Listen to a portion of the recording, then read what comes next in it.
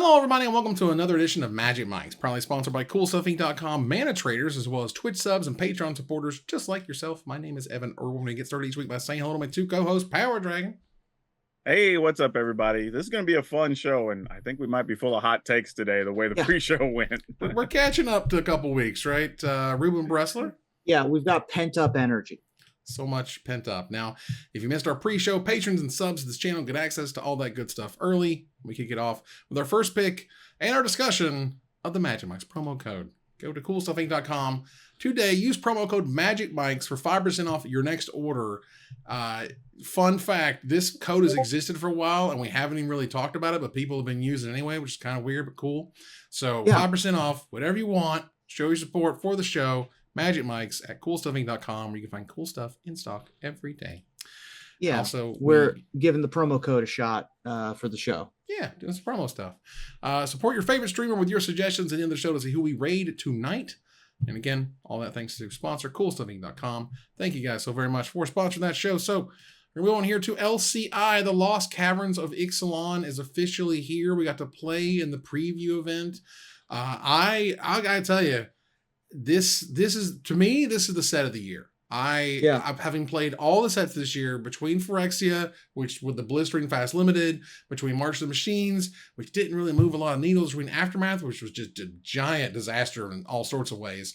And there was the Lord of the Rings was cool, but I think it should have been in standard, quite frankly. Same. And Wilds of Eldraine was okay. Like, it wasn't crap or nothing, but between like all of the sick limited stuff that I got into in the preview event and all of the super fun constructed stuff that you can do with this set is just amazing. I'm loving it. I think this set's terrific. I think what surprised me is Eldraine was really good, right? Like, I mean, it even shook up standard a little bit, made decks kind of change what they were doing. And then we immediately had, I say immediately, it's only 11 weeks apart, and then we have this right now with Lost Caverns, and that is also really good and probably going to shake things up a little bit. So, like, kind of a surprise to have those two quality sets back to back like that, which is great. Says a lot about Wizards and R&D. But yeah, I'm with you. I think this set looks like a hell of a lot of fun. The draft environment is wild. It is the most varied and deepest that I've played this year for sure. Oh yeah. Every archetype I've played feels playable. There's nothing that seems overly dominant. Caves are good, like cautiously optimistic that I can just dirtle with caves. You're the caves guy. There's one caves guy in every but, there's always. But also 1-drops are good. Yeah. Like you can build a really aggressive like red-white artifacts kind of deck, or a flyers deck, or a craft deck. In the streamer event, I'll even say I had more close games this time than I probably ever had. Just because there was so much back and forth. There's so many catch-up mechanics that is built into all like this, the discover on the lands, the map tokens that help you dig through your deck and get rid of those lands on top, or descend. So it would help you in both different interactions, both getting to your spells and turning on the cards that care about stuff going to the graveyard. Like the intra kind of mechanical synergies of this set are incredible. Like I am blown away because I feel like we've like for example, March of the Machine, they had battles, and battles were cool and they were neat. They're a new card type and they were unique, and they were like here we go the hype train, and then like they didn't do battles, and we probably won't see one until maybe later next year or something. But for this one, it's crafting provides such an array of weird stuff, because you can get stuff out of your graveyard and play. A bunch of stuff wants you to tap things and doesn't care if it's in a creature or not. Like, there's a whole variety of ways that this set is just, you're not going to play many of the same games twice. And I felt like, particularly with some of the earlier sets, particularly with Phyrexia, for example, is you could play a lot of the same games over and over because it was so fast. You had to have 1-drops and you had to have 2-drops. So all of your decks looked like that. You can get to 7 mana in this format. Like, you can get to these big crafting, scenarios. Absolutely. all the time. And that's really sweet. It's also sort of like the split card thing of like, you don't want to necessarily dedicate a spot in your deck to something that's 7 mana, but if it island cycles or it has or if it's a craft thing that crafts for 7, but it only costs 2 or 3. Like these are these late game mana sinks that you don't necessarily clunk up your deck with. Right. And the Discover fixing the Cascade sort of issue, I think was brilliant. Putting Discover on those lands, I also think is brilliant, because there's been so many times where in late game, that's all I can do. I top deck a land. Awesome. I can still play a spell off my land. Let's go. Exactly. And it's great. And that feels really, really good. And so kudos to all involved in the R&D in this one. The only thing that makes me sad is because we're not doing anything resembling a block. A lot of these mechanics are going to be lost in 6 months, right? Like these are the only cards we're going to have with a lot of these. That sucks. For probably the foreseeable future. I love Craft. I think Craft's amazing. These Craft's are all a very clever good mechanic.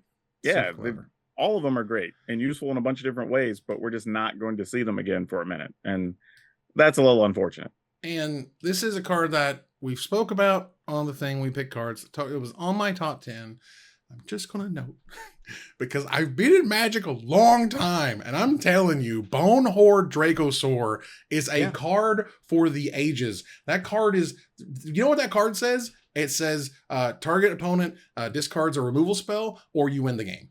Right. I've not seen any other way for it to go. They kill it immediately, or this is such a value engine. I can't even digest how much value you get out of this card. It's insane. Yeah, it's pretty damn good. I haven't gotten to play with that one yet. The one that I was most impressed with that wasn't on my top 10 is the Intrepid Paleontologist, I think is what it's called. That's a good one. The guy that lets you rebuy every dinosaur and is also a mana dork. Yep. Was unbeatable. Like 2-drop that's unbeatable. Very impressed with that in limited. Intrepid Paleontologist, that's the one. Yeah, I played against Bone Horde rather, and I died. I think one of the cards too that's going to fit into a lot of decks is Hulking Raptor. The 5/3 with Ward 2 produces 2 mana every turn. Like that 2 mana helps so many decks. Like the number of over-the-top spells we have access to right now, even in just standard, like Breach the Multiverse, Atali, whatever, like all those ridiculous cards. You can get there very easily now. Like, I mean, you play that and next turn you're already at 6 mana. I mean, it's really good. The other one that I'm going to add of cards, I don't know how this one just snuck up on me, but did you know that there's a 4/4 for 4 in blue-green that explores every turn and does another thing? Deep Fathom Echo. I've never beaten it, I don't think. It's enormous. It's card selection. It's a clone also. Yeah, it copies your other best thing and keeps its +1/+1. That's crazy. That's insane. At the beginning of combat, it just explores, and then you may have it be something else. The only downside about that card is it's a spirit that looks like it flies, but it doesn't fly.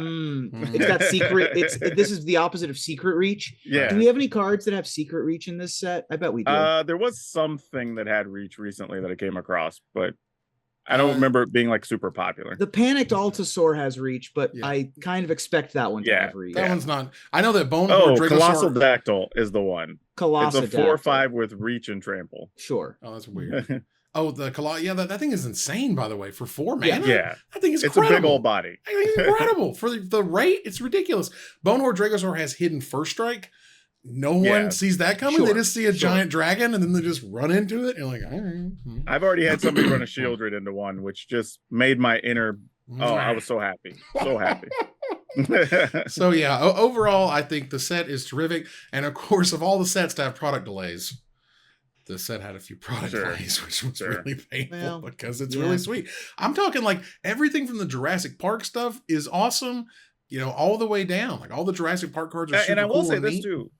Most of the retailers I spoke to did very well with pre-releases on this. Yeah. Like there were a couple that ordered light and they're like, man, we were sold out, but first event on Saturday. Like we didn't have any left for the weekend. So and how important is that to a set, right? How important is a popular and happening pre-release to a set? I think it's go ahead. Oh, go ahead. It's a bellwether. You know what I'm saying? Like if that pre-release is hot, like Lord of the Rings, man, that thing was packed. Like you knew that set was going to do super duper well. And so there is a correlation, at least I've seen. Yeah. I think the attendance is more reflection of the excitement more than this event was big. Now people are going to be excited about it. Right.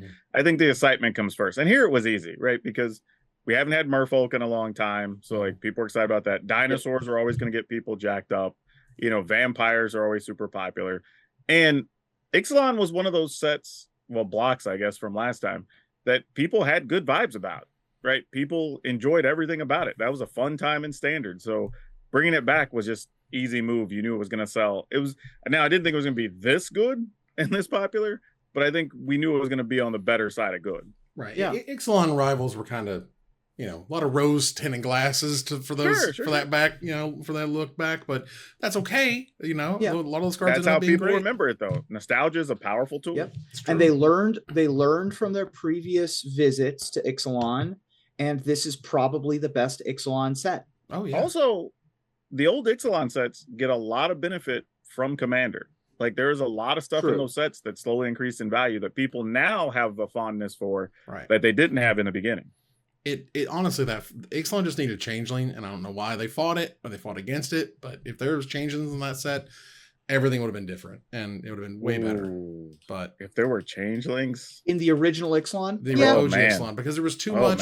There was a ton of tribal, or as we'll get to, kindred stuff, but it wasn't. You know, it lacked just a little. You were always like 2 or 3 creatures short of the number that you need. Like the 8 or whatever that you need to make sure that you draw and you can get another one or whatever. It was just annoying. Either way, I'm really impressed with the set, both design wise, the way it plays was great. Like I thought craft was going to be this complicated mess, and it turned out to be a fantastic mechanic that just opens up so many doors of ways to play, and it makes the play different, so different every time. And that's what's so cool about it. It's a really unique gameplay experience. So yeah, that's great. I'm super excited about that. I am a little sad. I think because of Cons of Tarkir coming, they couldn't put in the showcase versions of some of the cards on Arena, which makes me sad because it has like some of the really cool artwork treatments, you know, that were in the set are not going to make it to Arena, and that made me really sad. But maybe in the future, we'll see. Cool. So let's move on here into Gather the Townsfolk and go ahead and mention Mana Traders for sponsoring us here. Go to Mana Traders and use code Magic Mikes to tell them we sent you and save a bunch off of your membership there, which would be great. Save 12% off your next subscription to Mana Traders and enhance your Magic Online experience, because they actually have the Jurassic Park cards, which makes me jelly, which is kind of a thing. That said, they announced a new crossover. Woohoo! Because we're getting those a lot these days. And, I'm not saying that it's not important and it's not cool. I don't like it. But what I am saying is that it starts to feel a little monotonous, I guess is the way to put it, when you see the new Secret Lair come up and you go, oh, okay, it's that. You know what I mean? Like, oh, all right, that's fine. Tomb Raider is coming to Magic the Gathering, and Lara Croft has her own unique card, which I thought was cool. And there's nothing wrong with that.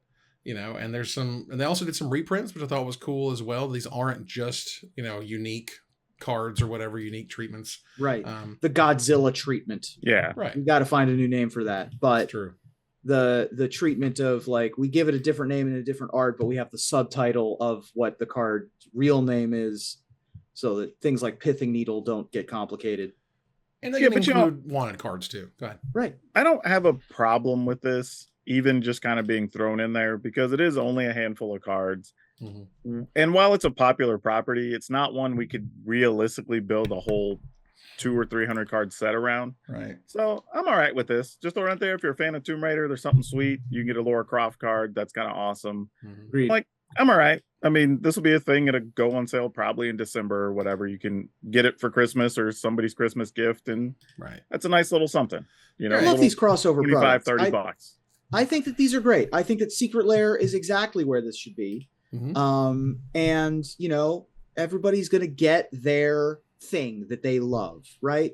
For me, it's the Princess Bride. Not everyone loves The Princess Bride as much as I do. Oh, yeah. Someone out there loves Tomb Raider as much as I love The Princess Bride. Someone out there loves The Walking Dead. Someone as much as I love The Princess Bride. So there's something out there for everybody. Yeah, and they don't have to, and because they were able to do the sort of the Dracula / Godzilla treatment thing, they don't have to like come up with all new designs for every single card. They go, okay, cool. Here's your, Lara Croft gets her own card. That's rad. And they can do a Universes Within later. No problem. And here's a bunch of reprints, and that will go in all kinds of decks because everybody likes Academy Ruins, and Shadow Spear goes in everything, and exactly. so on and so forth. So that's a good thing. All right. So moving on here to Hasbro did have an earnings call. This was a little bit over a week ago. And I want to say we might have mentioned it a little bit at the time, but their WotC revenue was up 40%, profit up 99%. Thank you, Baldur's Gate 3. Yeah. Can you and probably Lord of the Rings. And Lord of the Rings. So I'm confused how Baldur's Gate led to this big of an increase for Wizards. Right, because they get a percentage. Yeah, they get a percentage. They get a licensing percentage. Yeah. Okay. So when that game sold bukus, however much percent went to Wizards / Hasbro, and next thing you know, their profit is through the roof. Like, I don't think it would be unreal to assume that Baldur's Gate probably did somewhere between 8 and 10 million downloads by now. Sure. If each of those was we can log in $40 or $50. I'm gonna go into my Steam real quick. Wizards even makes 15 to 20% of each one of those. That's a lot of millions. Yeah, that's a whole bunch. And and who knows what the licensing actually ends up being? I don't know. But regardless, it clearly led to them rocking with that. One of the things they did drop. Also, go ahead. I do want to say though, I think people make too much out of these numbers.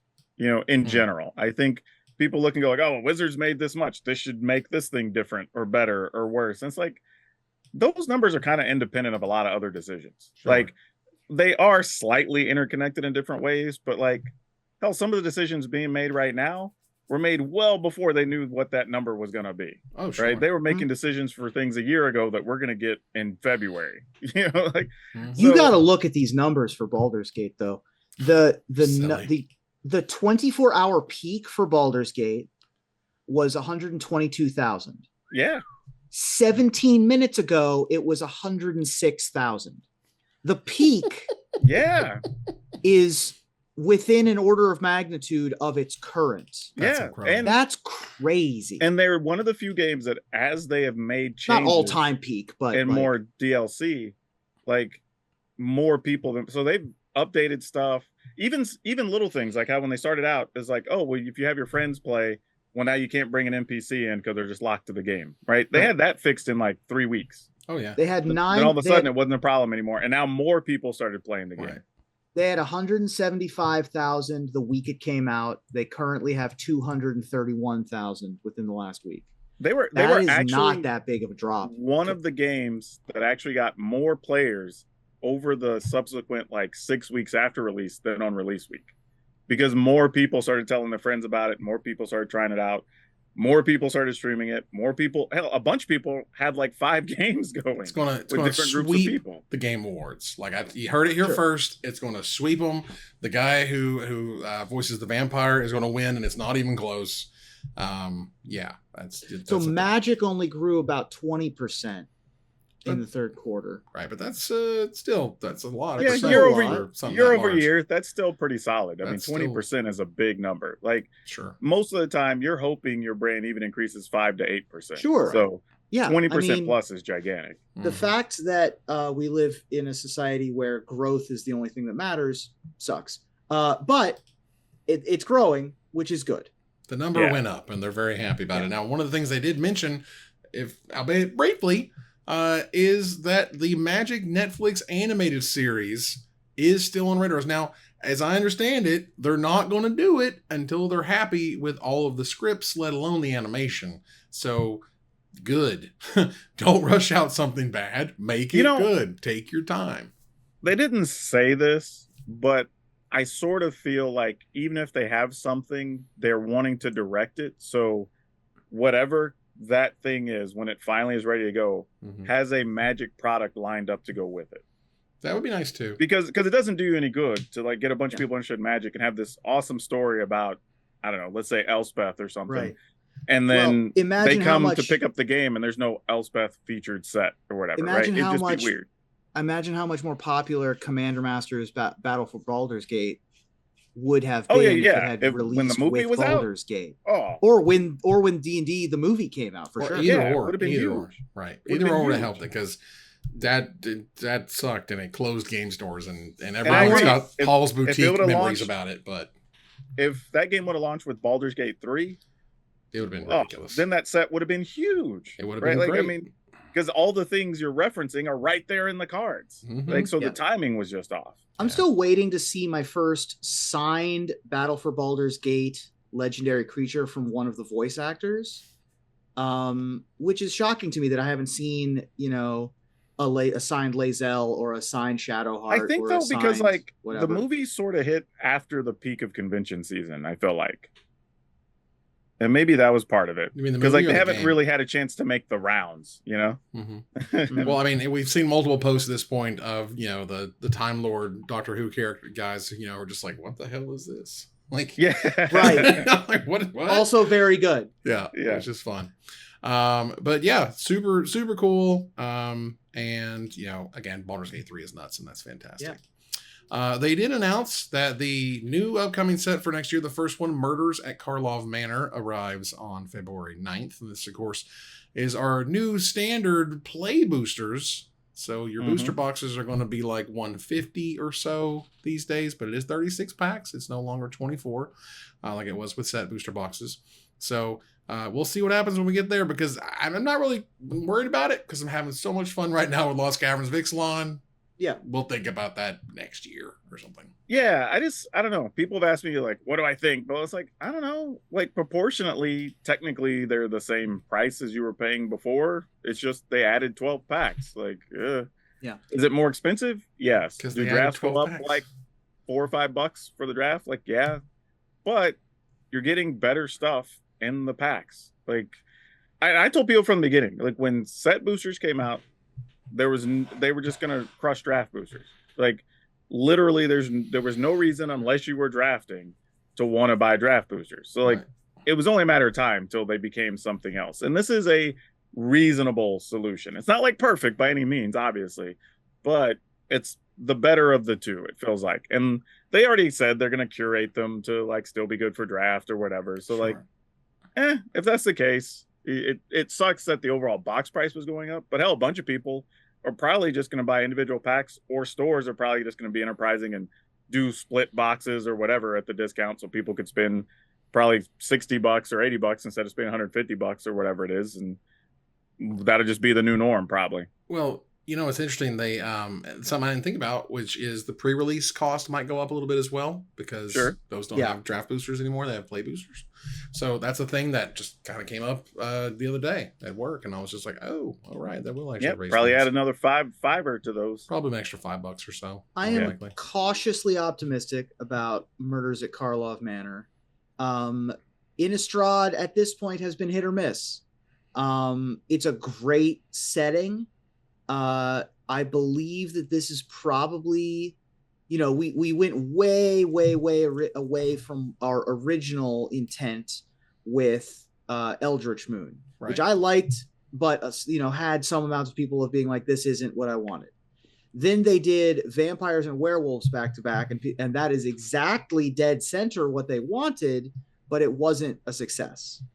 Yeah, I think Karlov Manor though is in Ravnica. Ravnica. Oh, I'm sorry, Karlov Manor. I was thinking it's very similar to Innistrad, right? And so my expectation. And so they're. Go ahead. Oh no, you're fine. I think that the vibe that they're getting is very Innistrad like, even though it's in Ravnica. So yeah, sure. And for me, my expectations for that set is there better be like when you say murder mystery. There better be some mystery mechanics. You know what I'm saying? There would be something maybe. That's probably why I had Innistrad on the mind, is because there's no way they're not doing investigating and clues. Get ready for all the clue tokens. Right. Give me all the clues. It's going to make all the sense in the world, right? And so I want like multiple things. Find the who done it. How do you do a who done it in play that makes sense? That's not weird or off-putting. I feel like I'm gonna like somewhere along the line we're all supposed to get that weird like haunted house set or whatever it is. That's next year too. Yeah, like I don't know. Is this I think not the haunted house set? No, we're getting a haunted house set and a Clue Mansion set. We're getting the 80s horror movie like weird thing. Yeah, it's just gonna be a long stretch. Like I don't enjoy doing long stretches of just like dark art, body horror, blah blah. Like so that's gonna be a little rough. You know, it's sort of like what you're saying when we did Innistrad, right? When we were doing all the Cthulhu related kind of stuff. It was just like, okay. If they were to make a new card type called like mystery, and you like went through your deck and found a creature or something and put it under there, awesome. Do something weird with that. But like, I better be solving some mysteries at the Murders at Karloff Manor. That's all I'm saying. Well, the other thing that we're getting next year is Outlaws at Thunder Junction, which is just going to be a rip roaring fun time. That's going to be a Western, and that's going to be fun. Like there's going to be, that's going to be goofy. I feel you can't really do a gritty Western as your first Magic set. Yeah, see, that's my concern, is that they're going to go that route, but it's going to be dark and gritty, a lot of skeletal stuff, and it's just like, man, we could do such fun things with all the tropes. Like, don't waste the moment. Don't waste the moment. Right. I want showdowns, right? For me, I could get a stagecoach as a vehicle. Yep. Stagecoach as a vehicle is great. That's what I'm saying. Like train robbery gains control of a vehicle. Like, there better be legendary vehicles that are horses, right? Oh, also horses could be great vehicles, right? Like you could do fun locations. You can have stuff in like saloons with mechanics. Hell, I want a Wrath called "This Town Ain't Big Enough." Dude, have a dual mechanic where like if two creatures have equal size, like I don't know, you flip a coin or whatever, and they duel. One of them dies. Yeah, instead of then they fight. For sure. Oh, you could give me so many things. Like just don't make it this weird, dark, gritty, whatever. Like just own the trope entirely and go nuts with it. Right. Then we get Bloomborough, which could go either way. I could see that one being like Watership Down. But I could also see that one being Peter Rabbit. I think they're going super cute with that. Like I think so too. But like it's one of them are evil or scary or whatever. But overall, like the little mouse with the sword, like that's what. So it's not all doom and gloom all year. Yeah, I'm like I'm good. Let's just try it. And yes, some people are gonna hate it being super cute, but man, secret layers you could tie into that and whatever. Like Hello Kitty sitting right there for the taking. Duskborn, when Duskborn shows around, if there's not a Friday the 13th. Like secret lair, what are we doing with our lives? Like what is happening? Freddy Krueger, that's a good one too. Even Freddy Krueger, because Friday the 13th has like weird issues because of the name and the Jason Voorhees isn't Friday the 13th and all this other crap. Whatever, do me a Freddy Krueger, but you better go 80s horror. Come on, give me a Hellraiser. Can I get a Hellraiser? Like give me a Pinhead. That'd be pretty cool. But yeah, so all sorts of cool stuff, but it is coming February 9th. They officially announced that, which is great. Wanted to give a shout out to Tolarian Community College for making 900,000 subscribers in 10 years, which is incredible. Awesome. Brian does incredible work, and just fantastic stuff. On pace to be the first Magic channel to hit 1 million subscribers. And he'll probably do that, if I were guessing, probably by midsummer next year. Yeah. So, good on him. An incredible feat to get that many people on a platform. He makes such rock solid content. Like it's, he does some innovative stuff, but what I really appreciate about Tolarian Community College is the consistency. It's a level of professionalism and consistency that is hard to sustain over the course of 6 months, let alone 10 years. And I'll tell you, early on when I started doing YouTube stuff and I was just talking to him about business or whatever, and like he has a lot going on behind the scenes. Like he has, a script writer, he's got stuff for thumbnails, he's got a dude for everything. Like he's got a team of people that are very good. He has a sound engineer. I helped write a script. I helped write a script of his a long time ago at this point. I helped write the... Was it one of those office things? I wrote the Liliana office sketch. Oh, office hours. Office hours. But it got changed a lot in the final version. but the basic template of the first Liliana office hours I helped write. I'd love to write with him again. I haven't talked to him in a very long time at this point, but he's doing good without me. So I don't need. You should hit him up though. Yeah, I might hit him up. Don't hurt nothing. But yeah, so let's move on here to Desperate Ravings. There was a really interesting article on hipstersofthecoast.com from Sam Black, who is a fantastic author, which a lot of people don't know because there's not a lot of Magic being written these days, as much as there used to be. At least sort of by your top level pros and things. Either way, he knows his take is that standard no longer makes sense for Magic. And I think the way he kind of lays it out is that standard was a way to get new players in the game. And you look at, again, a dude just like wanders into a game store and is like, what's a Magic? And you're like, oh, it's all this stuff.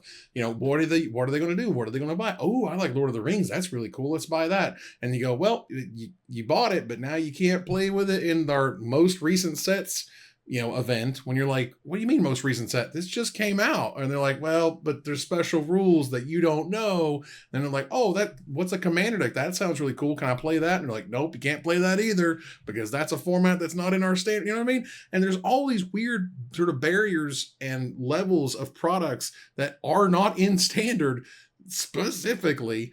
And it almost feels like we're just regulating standard and or what standard's supposed to be to digital formats because they can kind of handhold those through them.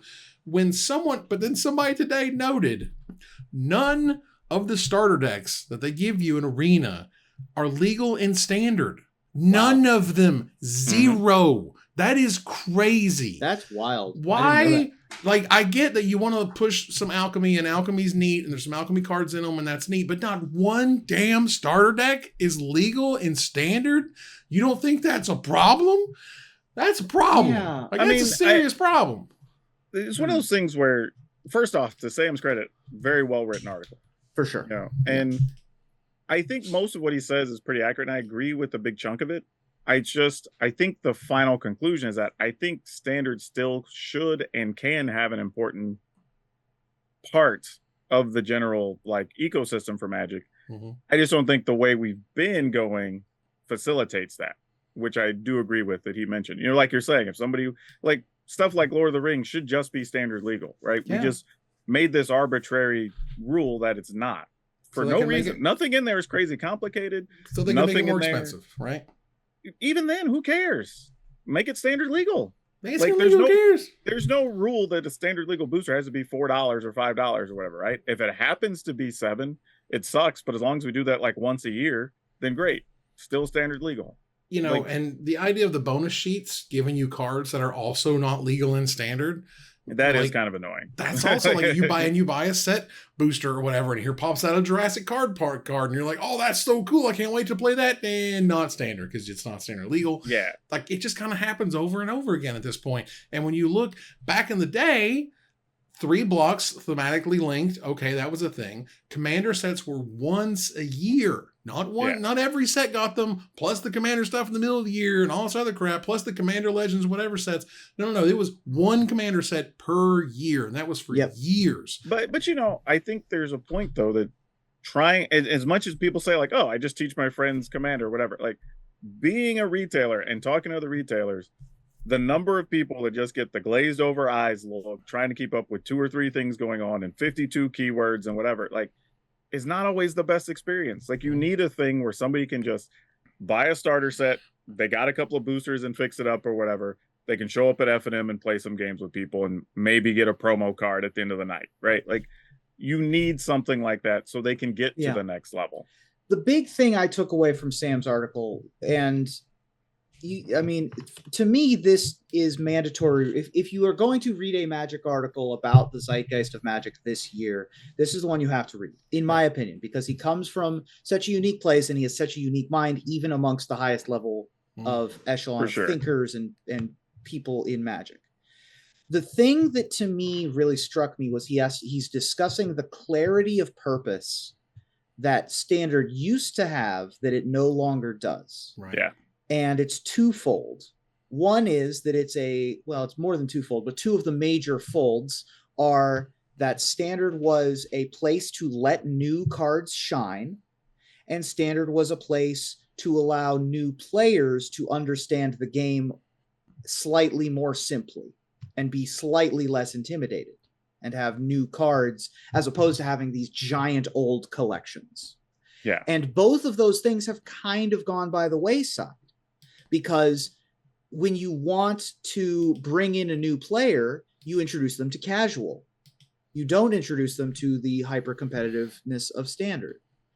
If you want new cards to shine, you have lots of avenues to be able to do that, but primarily through the unique product releases. You don't have them through the tournament scene anymore. And so the waning of competitive Magic has sort of led to that, sort of a self-fulfilling prophecy, I suppose. But, the end result of it is that standard is less wanted and less needed. And so... Yeah, that's exactly. Right. I think, though, like you're saying, it's somewhat self-fulfilling.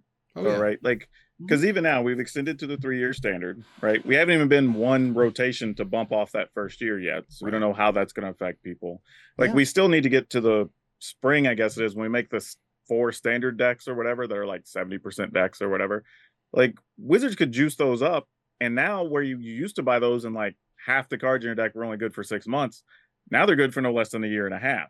Like, does that encourage people to buy those now? Whereas before, that's if a lot of people wouldn't have bought them. They made Pioneer decks for 1 year. They don't always. But here's standard. The thing: standard is the best way to sell new packs, or historically has been the best way to make people want to buy new packs. So you guys have worked in stores more than I have. I've worked at comic book shops and I worked at Star City Games, but I've never been a sales manager. I've never dealt with the nitty-gritty bloodstream of the cards coming in. It seems like something like standard is necessary. But another big point that Sam makes is that it can't just be tournament support. There has to be grassroots support. And so how do we get out of our current death spiral? I think there's a lot. Oh, go ahead. Oh, well, I was going to say that there is, when you look at the products that they make, even stuff like Doctor Who, they just came out with Doctor Who. Doctor Who cards are cool, but what it seems like they kind of wanted both ways, which is as everybody wants things, but they wanted both standard to be there and flourish and yada yada yada, but they also want to make these products and not have to worry too much about their power level. Everything balances out in casual. So if they go a little crazy with the Doctor Who cards or even the 40k cards or whatever, it's like, well, it'll shake out in the casual format. No one really cares that much. Whereas in standard, like if they do a Sheoldred and then you have a $75 card or whatever, and that also can seem super intimidating. Well, again, like, how many of your products, think of all the commander decks, all the secret layers, all the ancillary products that they make that have nothing to do with standard, don't even have a standard card in them, or they have standard cards in them. It's mixed with other stuff like bonus sheets or set boosters that have other stuff in them that aren't in standard. And someone has to inherently know all these things. Like, there's so many hoops, and between abandoning F&M and going all in on commander, which has clearly worked out in many ways, something had to suffer, and standard just feels like it just got cut right off. Well, even when I was still at Wizards, there's a lot of retailers like, well, I'd like to just not do standard or draft at my F&Ms. Can I do something else? Right. So that was something people requested. Now this is like, the monkey's paw, just like, well, you got that, but now you're upset you don't have enough standard players because you let people play modern for F&M or whatever. Right. All fine and good. But now, how are you selling those boosters? Because you told them they don't have to play standard anymore, right? So whether people like it or not, I think to get back to that point, you're going to have to do some stuff where it's like, okay, we're going to limit some of the formats for F&M. They already brought back whatever it is, the set showdown or standard whatever they do. Showdown thing. Yeah, so that's coming back. So that's a thing. And the store championships is coming, which is nice. Yeah. You could make the standard decks better, your offerings in the spring, so more people have cheap, affordable standard decks they could get. Because if you could go spend $40-$50, pick one of those up, spend an extra $20 to finish them off, okay, cool, you're under $100 and you have a viable standard deck you could play. I think you could make use of the ambassador program and have them promoting stuff on like the YouTube channel and whatever, and doing more for standard and being more visible with that. So like, there's a lot of things I think they could still do to raise the profile of standard, but we're still so early in this, like, hey, we're trying to revive standard plan, right? We literally have seen 3 months since they've announced it, so we still kind of got to wait. They said, hey, we're bringing these programs back. We're extending standard 3 years. Let's see how everything else lines up a year to a year and a half from now, and then see if those efforts really do anything. And there's just so many products that have absolutely nothing to do with standard. Yeah. I think that could be overcome, but it is going to be a nuisance the whole time for sure.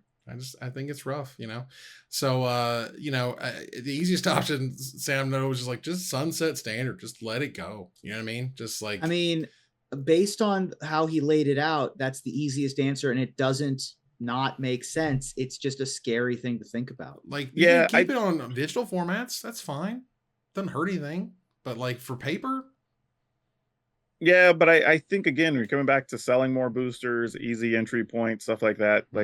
We gotta, I don't know if we gotta, but there is a benefit to having something in that space. I agree and appreciate, but I also just, when you look at how hard Wizards has pushed into non-standard stuff, I think it's going to be really difficult to move that ship even a couple degrees. You know what I mean? I almost feel like it's not even so much that they pushed into non-standard stuff. They just quit pushing standard.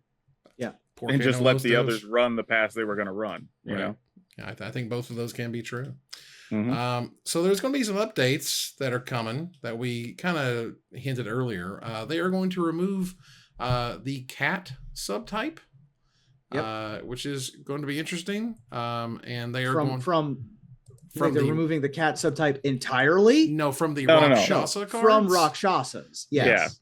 Yeah. Which is neat and interesting, I guess. The reason being is because those were somewhat appropriated forever ago under the whole Gygax D&D era, which was bad for a lot of things in hindsight. Yeah. But they just kind of adopted from that, and then got enough pushback that they're like, yeah, these don't really need to be cats. Right. What are we doing? Rakshasas in traditional Hindi and Buddhist or Hindu and Buddhist lore have nothing to do with being cats.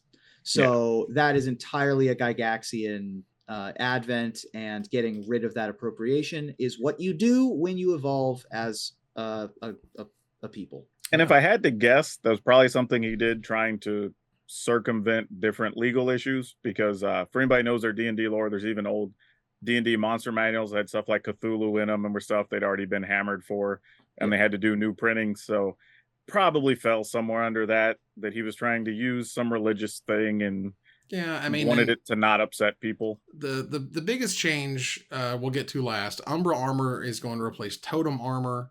Sure. Which is fine. Makes sense. Again, totem is another appropriative word. Right. Snake will replace Naga as a subtype. Another one. Which again, also good. All good with that. The biggest change is they're going to replace tribal with kindred. Right. And even if they don't make any more kindred cards, those will be replaced in digital, and all the reprints for things like Bitter Blossom and whatnot will now have the card type of kindred instead of tribal. Yeah, which is interesting, because he said they wanted kindred to replace the card type tribal, and the word typal to replace tribal when talking about a group of things to make a deck. But in reality, I think everybody's just going to start using kindred. They're just kindred at that point, right? It's a cleaner word. It's easier to understand. And I think when you're talking about it from just a social perspective, when you say typal, it almost sounds, to politely say, the knuckleheads, that you're just trying to force a word to change the word tribal, right? Whereas if you start using kindred, it's like, oh, they immediately know what that is, and it doesn't sound like, oh, I'm just trying to replace a word. Yeah. So I could see a lot of people just moving to using that terminology. Yeah, as much as typal is just like a weird word that no one actually says, and also feels forced. Exactly. Kindred just feels better in a variety of different ways. And just, it doesn't feel like we're being, that kindred feels less like you're being told to use it versus let's just use this. Right. You know what I mean? That type of thing. Kindred enchantment fairy on Bitter Blossom. That sounds like a thing. It makes sense, right? You hear it and you immediately just go like, oh yeah, I get it. This has to do with fairies. Fine.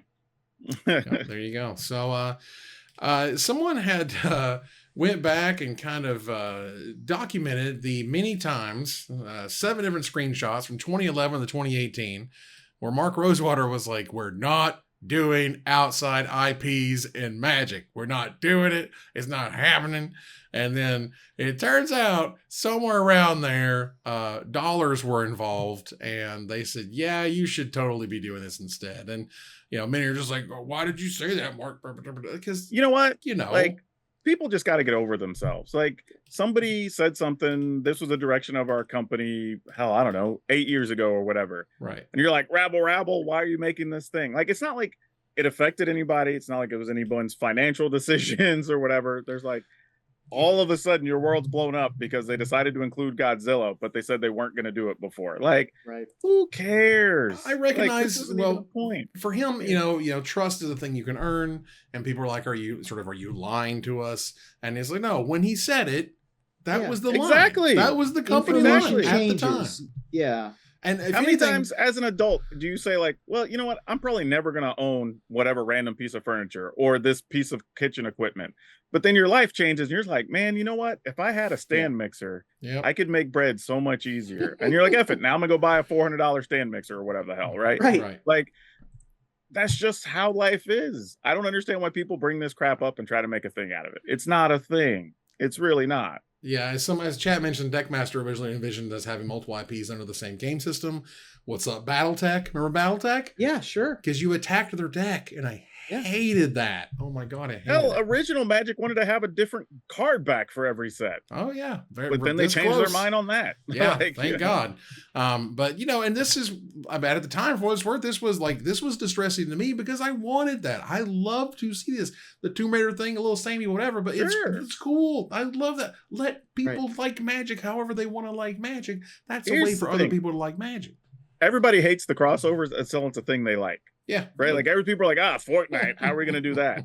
Oh, how, whatever was Walking Dead. This is terrible. But then all of a sudden they're like, oh, Street Fighter. Oh, that's sweet. Right. Like, I'm on board with Fallout. And I'm like, well, everybody just likes the thing they like. It's like, come on. Right. Like, what are we doing? But if anything, I'm super glad that changed. I've always been a proponent for more things in Magic. Here's the thing. Has it broken Magic? No. Has it affected much of any? Because honestly, we just got new cards. They could have whatever on the face. It's still just new Magic cards. So we're having a good time. Stores are selling a lot of the Universes Beyond stuff. So it's great for them. Wizards is making money on it. So we're going to keep on keeping on. Yeah. So in the world of controversy, and it shouldn't be controversial, I think, in many ways, to pay the people who work for you. There was an event at LotusCon that had judges out there for it.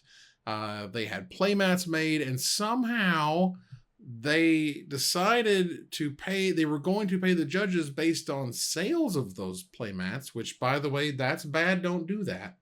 You should pay them anyway, whatever. You might use that as a bonus structure. Maybe, right? If you sell enough or whatever, but that's also trying to recoup your own cost for the event. You don't use those for paying. That's not how that works. Either way, so there was a bunch of judges who were, more or less contracted into, working the show, and they worked the show, and the playmats all didn't show up, and then the organizer's saying one thing and the con is saying another, and people are going to get mailed playmats, and then they're not going to get mailed playmats, and then the judges didn't get paid, and what's up with that, and this big story about the playmats getting messed up. And before you know it, Missouri MTG, Jeremy has to step in and be good guy, as he always is, and even help compensate them. Jeremy says he had enough compensated judges who were affected by this, who reached out to him with his own personal funds. Took an hour, not a month. Right. And then it's kind of blew up big. This is when we weren't able to talk about this last week. And then it kind of went a little dormant. So, as Pharmacist Judge noted, judges definitely learn to put late payment clauses into their contracts. Not just that, but I get a lot of pushback when people try to involve me in different events, when people try to ask me my opinion on events, and I come off negative, right? But it's just I've been there, I've put together events, I've worked with people both for and in charge of them, and there's a lot. And when I'm talking to somebody and things don't line up, I'm like, guys, I don't know about this. Or when some things stop making sense, I'm just like, this is not going to necessarily go well. Right. And I'm not saying it to be mean or to disparage anybody's work, but even here, these are things that should have, there should have been money already set aside. or at the very least, the first chunk of entries or whatever go to paying everybody else off, and you may or may not make money on the back end, right? Like, but all the people that help you get to the finish line should be covered. Like, everything else comes later. And if not, come on. As I understand it, this has been mostly, if not entirely, resolved. However, I'm going to wait until somebody in the chat can confirm that for me. But it seems like this was, eventually had a happy ending. Obviously, had we talked about this last week, it would have been, I would call it a resolution more than a happy ending. Sure, resolution is a better term. Yeah, that's a whole thing. So it's just unfortunate. The long and short of it is pay your people. Don't rely on something happening to pay your people. Pay your people. Expect to pay your people. Know what that cost is, and be comfortable with it. And don't be like surprised. It's ridiculous. But we've seen so many of these events pop up in the last 2-3 years coming out of COVID, and everybody's like, okay, I'm going to run the event for, I don't know, for Cube or for Draft or for this thing, whatever. Like, everybody's got a thing, or, for Popper or whatever. And we hear about these events not being taken care of, or the space not being right, or not having enough staff, or people not being paid. And it's like, it keeps happening because everybody thinks running an event is easy. Like, I'm going to promote it. People are coming to the door. I'm going to collect some money. Everything's going to be awesome. And it's like, no, you are literally, if you do it right, you are working. The closer it gets, the fewer night's sleep you're getting. Oh yeah, right? until it's done. Yeah, and you're worried, and you're concerned, and you're looking, and you're pushing, and you're hoping, and like you do the best you can, and it's not always going to work. 6 months of planning in to maybe only make like $1,200. Right. Right. Especially on your first one. Like, that's just the way it goes. But a lot of people don't understand that, and you end up with a lot of people having these negative experiences. Mm-hmm. And it's tough, and because, and the money gets a little muddled depending on sort of where you're at in that food chain, because are you just organizing the event, or do you have a vendor booth there? Because at that point, it's about how much did you sell? How much did you buy? When you buy stuff, you can sell that later for a profit. So if the event didn't make money, but the vendor booth made money, then you came out ahead. You know what I mean? Like, there's different ways these things kind of stack up to make it a good event for you, or, but you don't want it to be a bad event for anybody else when you do stuff like this, which can just taint all of it, which makes future CEDH events look a little shady. You know what I mean? And we talked about this off the air, but when you have a bad event, or you have a bunch of negativity from your event, you now have to almost have 2 rebuilding years, right, to rebuild that faith, that trust, or whatever, to get people to want to come back. So you're better off just postponing your event till you can do it well, or just working your butt off to get your ducks in a row that first time, so you can do it again and again.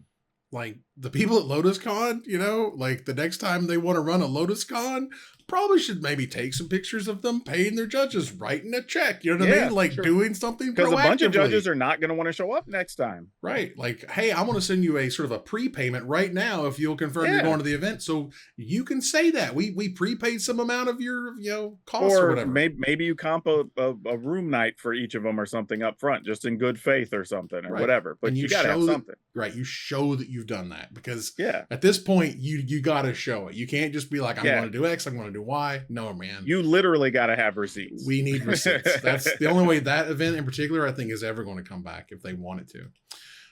Let's move on to some splash damage. Our friends over at Loading Ready Run do run the desertbus.org, and they have raised $630,000 this year, which is incredible. And just crazy. Crazy. Still going on. Still happening. That's right. You also go and check it out after the show. We are going to raid them after this show. They are at more than 100 hours, and they've raised more than $630,000 this year alone.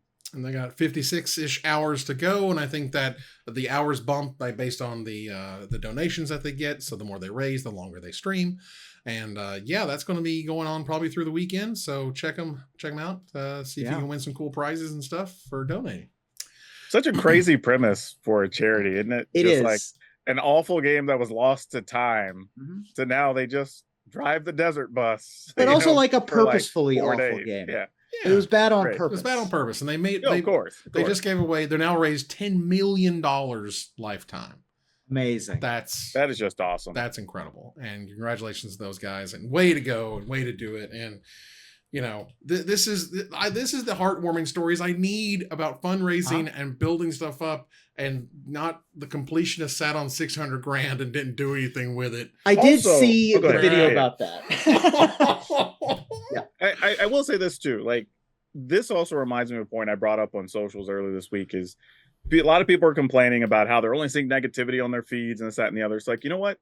Curate your feed, share this stuff, talk about this stuff, leave comments on it. Right. Like, help be the thing you want to see, right? If you're just going to complain about every political thing you see or whatever, and you're never going to be talking about sharing whatever these positive moments, well, that's what you're going to get.